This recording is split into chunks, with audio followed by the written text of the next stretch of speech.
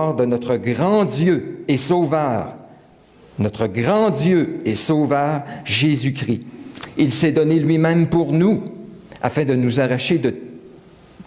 racheter de toute iniquité et de se faire un peuple qui lui appartienne, purifié par lui et zélé pour les bonnes œuvres. Dis ces choses, exhorte, reprends avec une pleine autorité, que personne ne te méprise. Alors, si vous vous imaginez pour un instant être au 1er siècle, sur l'île de Crète, dans une des villes, parce qu'il y avait plusieurs villes sur l'île, mais là, le titre est envoyé. Vous apprenez que Dieu va envoyer un serviteur qui, par intérim, va venir prendre soin des différentes églises parce qu'il y a un problème. Alors, vous vous demandez quel genre de personne c'est, et avec le temps, vous découvrez Tite. Et une des choses sûrement qui vous frapperait, si vous lisez comme faux ce texte-là, c'est l'accent qu'il met, Tite, sur l'enseignement. Vous le regarderiez, puis finalement, il met en place des anciens, mais dans quel but? Ça prend des hommes attachés à la parole telle qu'elle a été enseignée, afin que ces hommes soient capables d'enseigner. On dirait que Tite n'a qu'une chose dans la tête, enseigner, enseigner, enseigner. Il faut des anciens pour enseigner. Il y a des faux docteurs dans l'Église, ils vont quadriller Tite, puis il enseigne, reprend ces faux docteurs, parole en main. Il y a différents problèmes qui sont là dans l'Église. Les gens, qu'est-ce que Tite fait? Il enseigne, reprend, parle, dit, rappelle la saine doctrine. En toute occasion, favorable ou non, il prêche la parole. Ça vous frapperait, parce que c'est le point central dans le texte ici. Et même, il nous dit que les jeunes mamans ont besoin d'être enseignées. Il veut tellement s'assurer que les gens sont enseignés qu'il exhorte les mamans plus âgées à enseigner les plus jeunes à jouer leur rôle. Tite, enseignement, enseignement, enseignement. C'est central. Il y a une liste d'impératifs, on ne peut pas se tromper. Regardez, chapitre 2, ce que j'ai lu tout à l'heure, verset 1. Pour toi, Tite, dis. Verset 2, dis que les vieillards, tu parles aux vieillards, dis-leur. Prêche la parole aux vieillards. Verset 3, les femmes âgées, dis que. Et ces femmes, rappelle-leur de donner des bonnes instructions, la fin du verset 3, aux plus jeunes femmes. Verset 6, exhorte. Il y a des esclaves, ils ont besoin d'être exhortés, c'est ton rôle, Tite. Verset 15, dis ces choses, exhorte, reprends, avec une pleine autorité, Tite. Et il continue au chapitre 3, rappelle-leur. Tu l'as déjà dit, bien répète encore, rappelle ces choses-là, Tite. Frères et sœurs, dans le ministère chrétien, il y a place à écouter les gens. Quand quelqu'un passe par un temps de souffrance, on est d'accord avec ça, on le dit. Il y a un temps des fois pour simplement être près de la personne, mettre la main sur l'épaule, pleurer avec ceux qui pleurent, puis écouter la personne qui nous raconte ses difficultés. Elle a besoin des fois d'une oreille. Absolument, il y a des temps pour se taire. Il y a des temps où on est en groupe, on partage les uns les autres, on partage nos expériences. Absolument, il y a place à ça.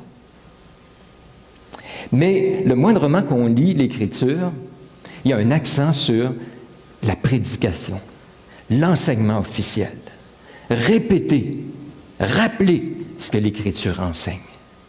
Et tout ce qu'on fait ensuite, tout le reste, parce qu'il y a beaucoup de choses, l'Église, il y a divers ministères là, qu'on doit accomplir. Mais tout cela doit se faire selon la norme de la parole, où la parole doit être la primauté. C'est l'étalon, c'est la façon de vérifier si on fait les bonnes choses. La parole de Dieu, elle est centrale. Et donc, si vous aviez observé Tite, vous auriez dit, oh, c'est un homme de la parole, attaché à la parole. Que quand il parle, il s'assure que c'est la parole de Dieu qui enseigne. Que quand il organise les choses dans l'Église, il s'assure que la parole de Dieu est centrale et qu'on respecte ce que Dieu a donné dans sa parole. Ce que je veux qu'on regarde ce matin, dans le texte, on va le regarder sous le thème ou avec la question, c'est quel genre d'enseignement que doit prodiguer Tite? Quelles sont les caractéristiques de cet enseignement? Non seulement Tite, mais les femmes âgées, on nous dit aussi qu'elles doivent enseigner. Puis précédemment, on nous dit que les anciens, ils sont attachés à la parole dans le but d'exhorter selon la saine doctrine. Alors, puisque l'enseignement est central, Dieu donne un cadre. Ça ressemble à quoi cet enseignement-là dans le texte qui est là devant nous? Alors, quelles sont ces caractéristiques? On va en considérer 7. Premièrement, ça ne devrait pas vous surprendre trop, c'est un enseignement biblique. Il est appelé, l'enseignant, l'enseignante, à enseigner la parole de Dieu, un enseignement biblique. Chapitre 2, verset 1. « Mais pour toi », parce qu'il y avait précédemment, on a vu ça la semaine passée, des faux docteurs qui enseignaient des fables judaïques, des commandements d'hommes. Ils enseignaient toutes sortes de choses basées sur ce que pensaient, des philosophies humaines, tout ça. Mais il dit, pour toi, contrairement à eux, par opposition, dis les choses qui sont conformes à la saine doctrine, au saint enseignement que tu as reçu des apôtres, conformément à ce qui est déjà révélé dans l'Ancien Testament. Assure-toi que ton enseignement est biblique. Verset 4, on dit que les femmes plus âgées doivent enseigner les plus jeunes leur rôle, mais à la fin, afin que la parole de Dieu ne soit pas calomniée. Puis on nous dit le contraire, pas le contraire, mais en tout cas, on enchérit au verset 10, pour faire honorer en tout la doctrine de Dieu, notre Sauveur.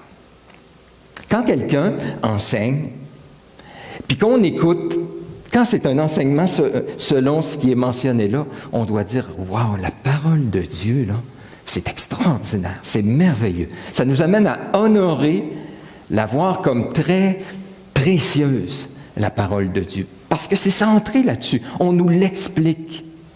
On nous donne, on nous montre comment c'est valable, c'est élevé, c'est extraordinaire. Et donc, on l'honore de cette manière-là. Au fil des années, depuis le début de l'Église, de l'histoire de l'Église, puis ça vaut la peine des fois de lire l'histoire, les vérités bibliques ont été attaquées, les unes après les autres. Qu'on parle de la Trinité, de la divinité de Jésus-Christ, l'inspiration de l'Écriture, l'importance de l'Église. Et savez-vous quoi? Ça a eu du positif, tout ça. Parce que quand ces doctrines-là sont attaquées, l'Église, ce qu'elle fait, elle qui est attachée à la parole, c'est qu'elle creuse. On retourne à l'Écriture. Et là, on entend ces choses-là pour dire, c'est pas ce que la parole de Dieu enseigne. On revient à l'Écriture et ça nous a permis de définir, d'approfondir, de préciser le véritable enseignement, la vraie doctrine chrétienne. Et des bonhommes comme Luther, Calvin et compagnie au fil des années, on a encore aujourd'hui des théologiens parmi nous, puis on fait face à toutes sortes de situations, mais ça permet de préciser puis de faire ressortir la parole de Dieu. C'est la parole de Dieu qu'on doit enseigner. Malgré ces courants, vents et marées, malgré ces fausses doctrines, pour que la parole de Dieu ressort. Un enseignement donc biblique. Le combat n'est jamais terminé.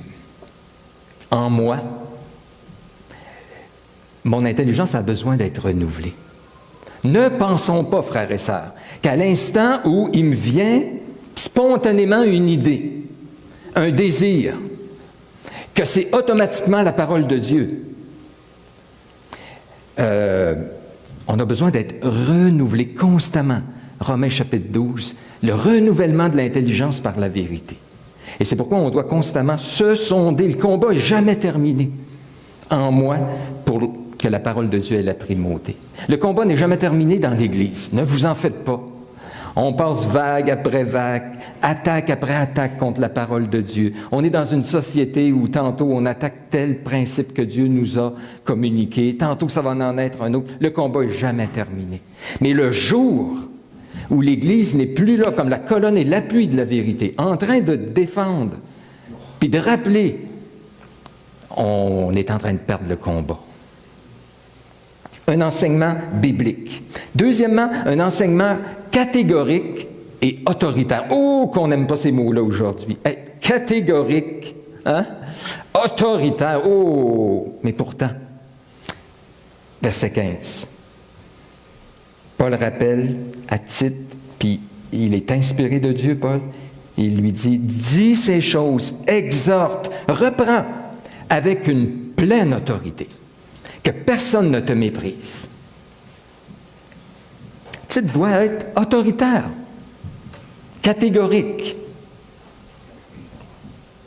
Le serviteur de Dieu ne doit pas dire, ah, moi je pense que c'est mon point de vue, vous pouvez penser ce que vous voulez. Non, parle avec autorité. Le serviteur de Dieu ne dit pas, je vous suggère que.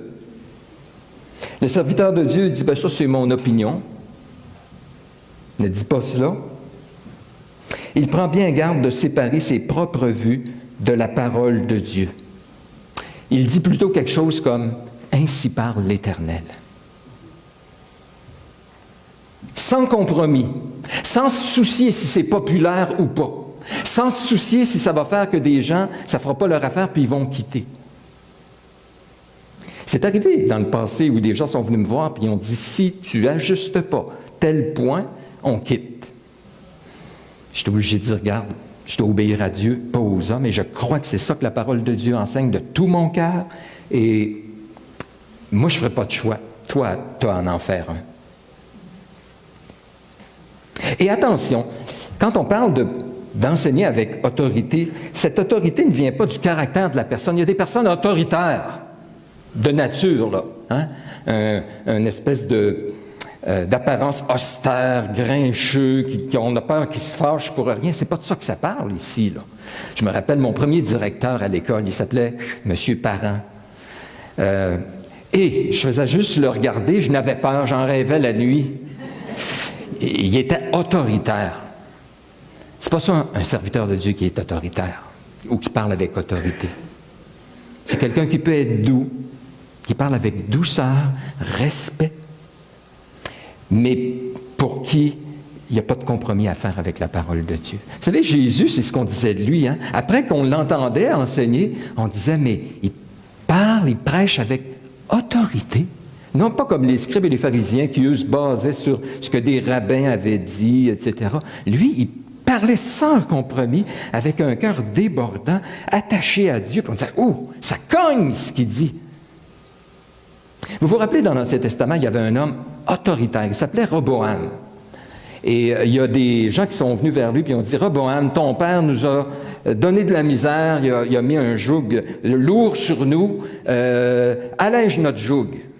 Et là, lui, il a consulté différentes personnes. Puis finalement, il est retourné vers eux, puis il a dit, « Mon père vous a traité avec un petit joug. Moi, je vais ajouter à votre joug. Il vous a fouetté avec des fouets. Moi, c'est avec des scorpions. » Et finalement, les gens ont quitté. Mais c'est intéressant parce que plus tard, quelqu'un rend un des rois, un des successeurs, il a dit, « notre père, notre ancêtre, Roboam, était un homme faible. » Quand tu es obligé de lever le ton, quand tu es obligé d'imposer avec menace, quand tu emploies des termes qui dénigrent les autres, tu as déjà perdu ton combat. Quand tu es capable de rester calme, d'exposer la parole de Dieu sans broncher, avec respect, mais en étant convaincu que c'est Dieu qui parle, que c'est sa parole, c'est non négociable, c'est ça, parler avec autorité. Ton autorité, en fait, n'est pas toi, ta personne, c'est parce qu'il y a quelqu'un qui t'a mandaté de le faire. 3, c'est un enseignement aussi qui doit être appuyé par une vie cohérente. Verset 6. Il doit exhorter, Tite, de même, les jeunes gens à être modérés. Il dit, te montrant toi-même à tous égards un modèle de bonnes œuvres. Tu parles, mais tu agis. Appuie ton enseignement verbal par une vie cohérente. Te montrant toi-même à tous égards un modèle de bonnes œuvres et donnant un enseignement pur, digne, une parole saine, irréprochable, afin que les adversaires soient confus, n'ayant aucun mal à dire de nous. Donc l'accent ici, c'est, dans ce verset, c'est pas sur le contenu, ailleurs ça l'est, mais sur le genre d'enseignant. Une vie cohérente. Et chaque fois que je pense à ce principe-là, je pense à Esdras dans l'Ancien Testament. Ça nous dit qu'Esdras avait appliqué son cœur, Esdras 7.10, à étudier la parole de Dieu, à la mettre en pratique et à enseigner au milieu d'Israël les lois et les ordonnances. Quelles belles étapes, n'est-ce pas? D'abord, tu l'étudies parce que tu sais que c'est ça la vérité. Tu la laisses te transformer, puis ensuite tu parles.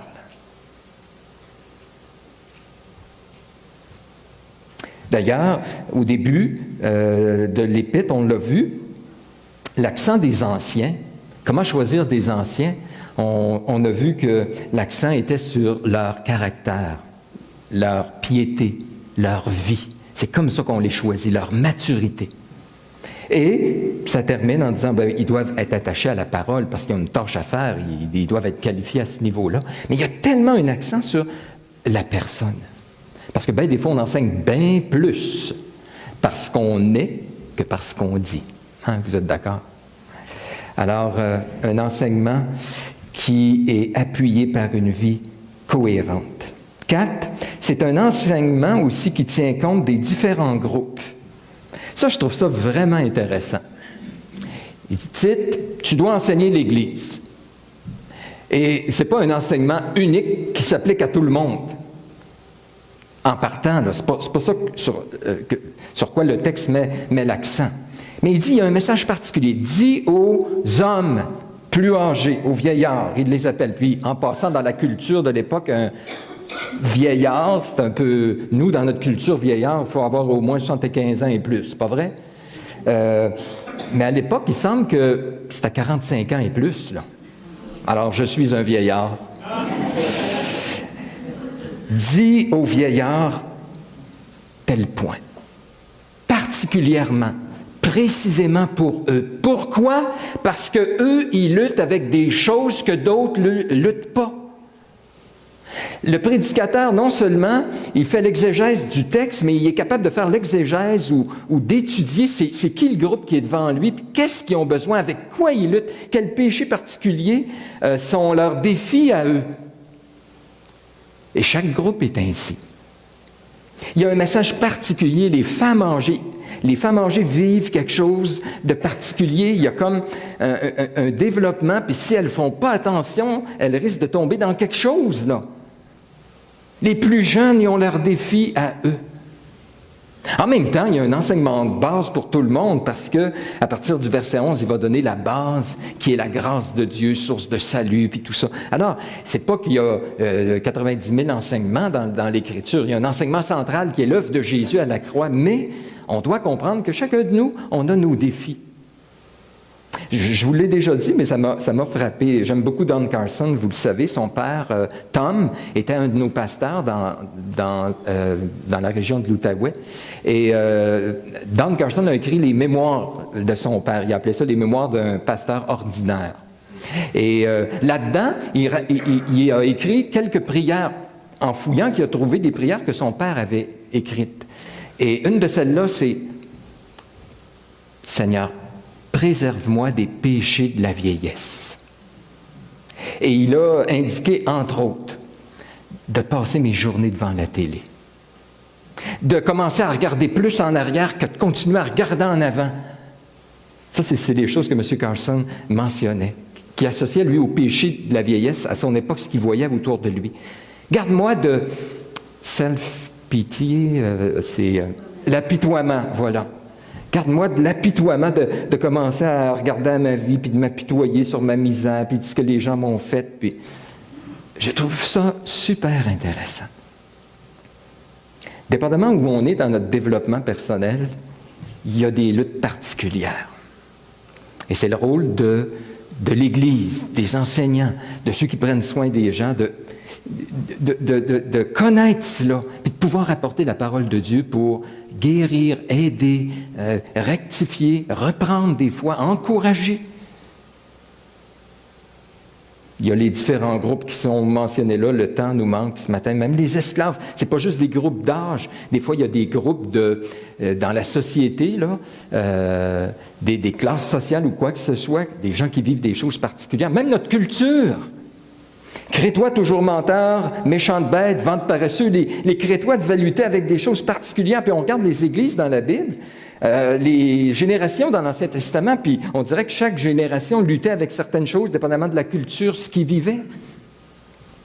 C'est le rôle de l'enseignant aussi. 5. À quoi doit ressembler l'enseignement chrétien? Un enseignement très pratique. Un enseignement très pratique. Il y a clairement ici un accent sur l'éthique, la morale chrétienne, la conduite. Vous êtes d'accord? Il commence en disant « Dis que les vieillards doivent croire à la Trinité, faire un cours sur la pneumatologie, la connaissance de ce qu'est le Saint-Esprit, la bibliologie. » Toutes ces choses-là sont hyper importantes et on doit avoir des gens qui sont des défenseurs de la foi puis qui connaissent leur doctrine absolument. Mais il dit que les vieillards doivent être sobres. Ça veut dire ne pas être sous l'influence, pas juste de la boisson, mais beaucoup plus que ça, ne pas être sous l'influence de n'importe quoi qui intoxique notre pensée, que ce soit la culture, que ce soit des passions ou autres, nos peurs, nos craintes, qu'ils doivent être sobres, qu'ils doivent être respectables. Traduit honnête, là, mais c'est mieux par respectable. Ils attirent le respect par leur vie. Ils sont modérés. Puis ce mot-là, modéré, il est employé 5 fois dans le texte ici. C'est un problème chez les Crétois d'être modéré, c'est-à-dire d'avoir une idée à la bonne place, puis de se contrôler de telle sorte que tu n'es pas toujours en réaction, en émotion devant les choses. Ce n'est pas les émotions qui guident ta vie, mais c'est la vérité. C'est une espèce de maîtrise de soi, mais parce qu'on a les idées à la bonne place. Et il y avait de la difficulté avec ça. Le rôle des femmes est mentionné. Les jeunes qui doivent faire attention à certaines choses très pratiques dans leur conduite. Voyez-vous, verset 3, dit que les femmes âgées doivent avoir l'extérieur qui convient à la sainteté. Pas être médisantes, à donner aux excès du vin. Elles doivent aussi donner des bonnes instructions, ainsi de suite. Très pratique.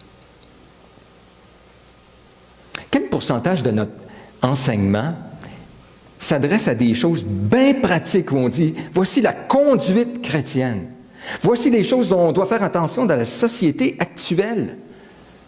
Quel pourcentage?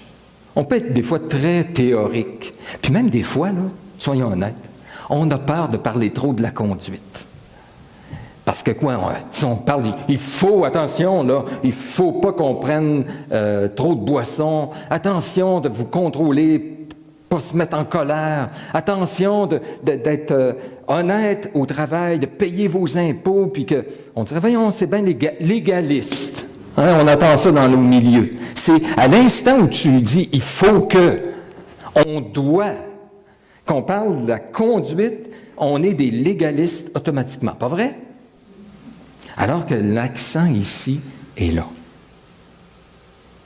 Maintenant, le prochain point, c'est certain, on va parler de la grâce de Dieu. C'est la grâce de Dieu qui nous transforme. Et parce que Jésus est mort, parce que Jésus est ressuscité, parce que Jésus maintenant vit en nous, nous a fait naître de nouveau, son esprit est en nous, que la grâce de Dieu nous enseigne, on peut dire aux croyants qui ont maintenant une nouvelle vie, la loi de Dieu s'inscrit dans leur cœur. Dieu renouvelle l'intelligence. C'est dans ce contexte-là qu'on peut dire, tu dois rappeler les devoirs chrétiens. Mais si on ne fait que parler que de la grâce qui pardonne, on tombe dans un autre extrême. On appelle ça l'antinomisme. C'est « Ah, la grâce me pardonne, puis je peux continuer à mener le genre de vie que j'ai toujours mené. Alléluia, le Seigneur est bon. » Quelle erreur! J'ai lu dernièrement 2 livres c'est intéressant de voir les livres qui sortent par des théologiens sérieux, là. Et il y en a 2 là-dessus qui sont des réponses à ce courant-là. L'Église est infectée par ce courant-là. Tu peux avoir accepté Jésus dans ton cœur une fois, en telle année, telle date, j'ai accepté Jésus, mais ma vie après n'a pas changé, puis je fais exactement comme je faisais avant, mais je suis sauvé. Et donc, il y a 2 livres que j'ai lus qui mettent l'accent sur quelle erreur. Free Grace, ils appellent ça, ce mouvement-là, Free Grace. On croit à la grâce, par définition, est gratuite, free, gratuite, absolument. Mais le Seigneur, c'est par la grâce que vous êtes sauvés. Pas par les œuvres, mais pour des bonnes œuvres. Hey, quand il nous dit après, Jésus s'est donné lui-même, au verset 14, afin de nous racheter de toute iniquité et de se faire un peuple qui lui appartienne, purifié par lui, zélé pour les bonnes œuvres. Donc, c'est un enseignement très pratique. On devrait parler de la doctrine du mariage. Pas juste dire, voici ce que la Bible enseigne, que le mariage est de Dieu. C'est de dire, voici ce que vous allez vivre dans le mariage qui n'est pas facile. Mais parce que vous êtes des enfants de Dieu, bien Dieu vous appelle au pardon, puis il va vous rendre capable de pardonner. Et pardonne. Il y a des impératifs dans le Nouveau Testament qui sont donnés aux chrétiens parce qu'ils peuvent maintenant le mettre en pratique parce que Dieu a transformé leur vie. Vous savez, quand Jésus a dit à Lazare, « Lazare, il était mort dans le tombeau, il sentait déjà, « Lazare, sors! » Quel commandement bizarre! Comment tu peux donner un commandement à un mort? Mais Jésus, Dieu, ce qu'il fait, c'est que avant de donner un commandement, il donne la vie. Il transforme la personne. Il la rend capable de répondre au commandement. Alors, je ne sais pas trop comment ça s'est fait, mais le commandement a donné la vie, a rendu capable, et Lazare est sorti du tombeau. N'ayons pas peur de prêcher les impératifs bibliques. On doit le faire. C'est ce que la parole enseigne. On doit parler de la doctrine du travail. Pas juste les grands principes généraux que Dieu, c'est lui qui a créé le travail. Adam et Ève, dans le jardin, travaillaient. Comment un chrétien se comporte au travail? La doctrine de la souffrance, de l'opposition dans le monde, comment on doit se conduire comme chrétien. Et j'en viens au point 6, à quoi doit ressembler cet enseignement-là.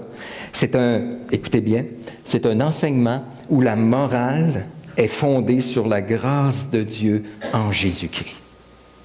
Pourquoi on peut dire « faites ceci, faites cela, ne faites pas ceci, ne faites pas cela ».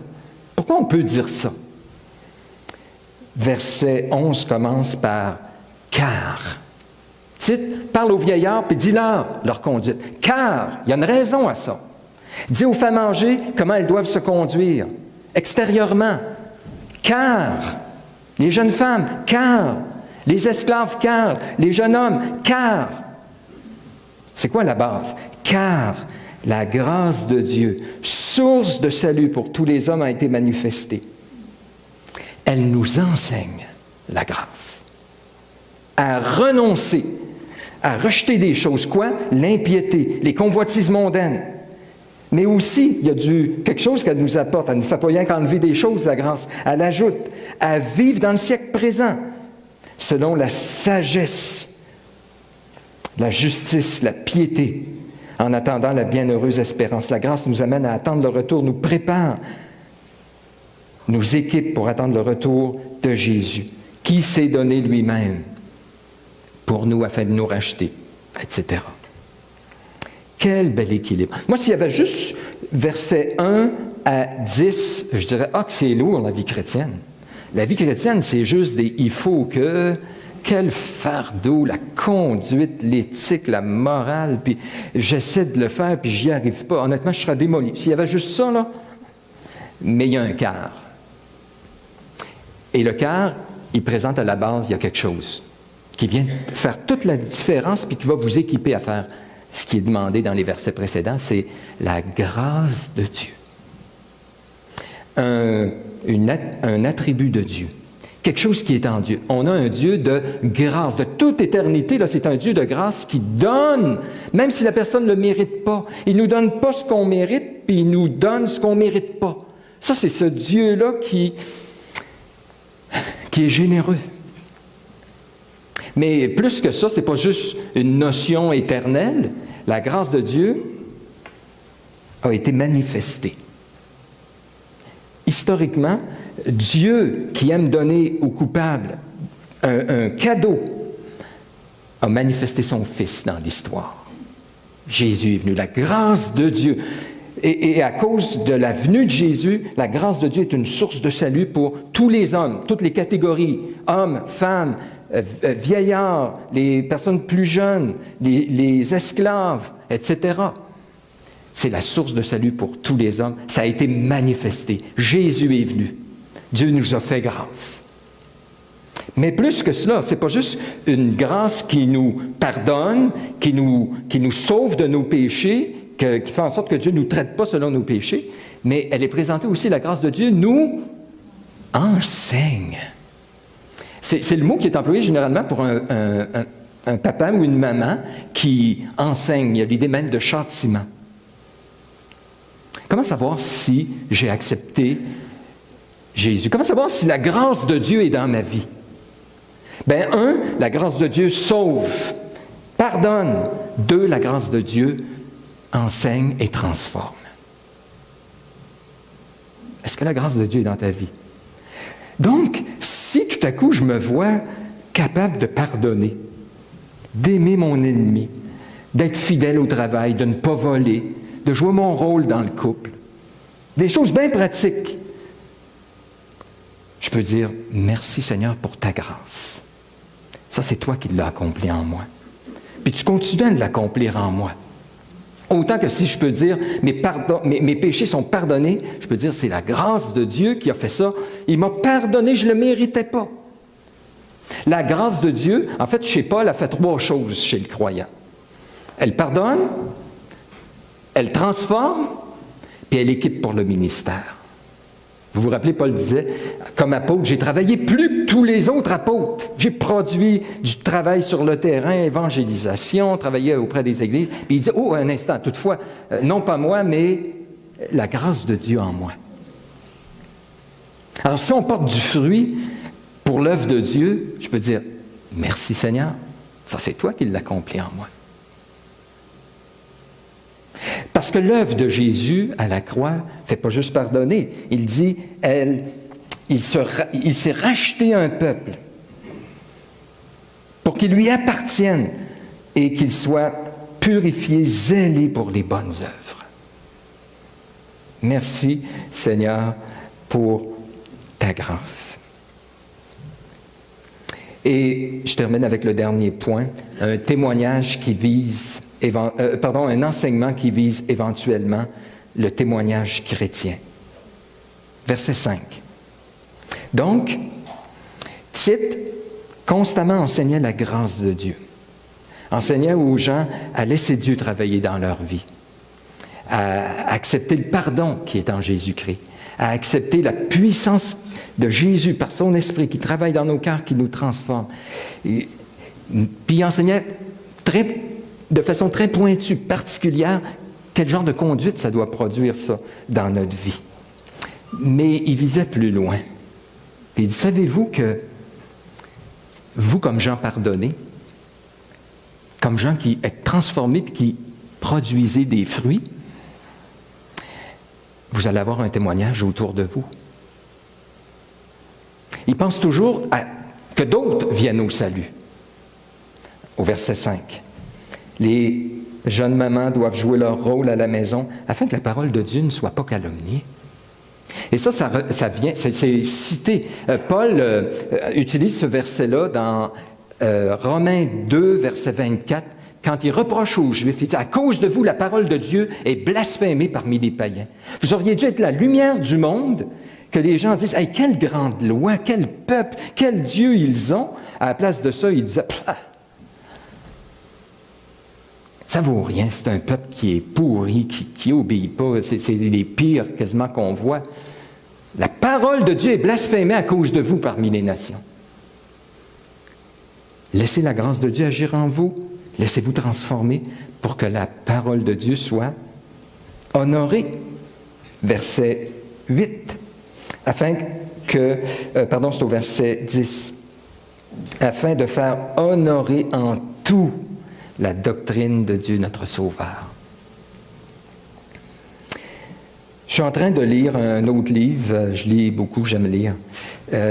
L'auteur, il est en train de remettre en question notre évangélisation. J'aime ça. Dans le sens que moi, j'aime dire, c'est-tu biblique, c'est-tu dans l'Écriture? Et savez-vous, lui, son point, c'est que la force la plus grande de l'Église pour évangéliser, savez-vous c'est quoi? C'est l'Église dans la semaine qui est dans le monde. Et il dit, arrêtons de dire, pour que Dieu t'emploie, il faut que tu sois un missionnaire. Il dit, bien des fois, on a sorti des gens qui étaient dans un milieu, un ingénieur, c'était quelqu'un, un médecin, c'était quelqu'un, un bon travaillant, puis on le prend, on l'envoie dans une autre culture, et ça y prend du temps à apprendre la langue, à s'adapter à la culture, puis ça nous coûte une fortune pour le maintenir là. Et il dit, je suis pas contre, parce que je pense même qu'il est un des présidents d'une maison de mission. Il est pas contre. Mais on a oublié l'essentiel. L'essentiel, c'est si Dieu a fait de toi un ingénieur, là où tu es, sois un ingénieur qui glorifie Dieu, qui est transformé par la grâce de Dieu, puis les gens te voient, puis ils honorent, et ça t'ouvre la porte, ils honorent la doctrine, puis ça ouvre la porte pour que tu parles. Il n'y a pas de saint ministère, il n'y a pas de clergé puis de laïc. Là où tu es en mission pour le Seigneur. Donc, imaginez, puis là, lui, il rêve. Il dit, imaginez, puis en plus aujourd'hui, là, où on voyage tellement. Le travail que tu fais, tantôt, tu vas peut-être te retrouver en Espagne pour aller aider une usine ou faire quoi que ce soit. On voyage. On a des portes qui nous sont ouvertes. Fait qu'imaginez un Québécois qui est, je ne sais pas, dans trop quel pays, il va avoir une ouverture. Un missionnaire peut peut-être même pas, un missionnaire de carrière peut peut-être même pas rentrer là, on les laisse plus rentrer. Mais toi, tu es là, brille, sers le Seigneur, sanctifie-toi, parle, ouvre la bouche. On va te demander, mais qu'est-ce que tu as, toi, d'être si différent, d'être de bonne humeur, il arrive des souffrances, des épreuves, on te voit avec une espérance. Qu'est-ce que tu as? Et le titre de son message, du livre, c'est « Scatter », d'être dispersé. L'Église dispersée. Partout où il y a des gens qui vivent comme Jésus, pour Jésus, puis qui rouvrent la bouche. Wow! Et moi, je rêve de ça. Des fois, on se complique la vie. Hein? Pour évangéliser, là, ça nous prend une big organisation. Puis là, on se dit, comme Église, là, où est-ce qu'on va s'impliquer dans la ville de Victo? Puis qu'est-ce qu'on va faire de big? Puis que les gens vont nous voir en grosse masse en train de faire quelque chose pour le Seigneur. Il y a place à ça. OK, on s'entend. Mais pourquoi on ne revient pas aux choses simples?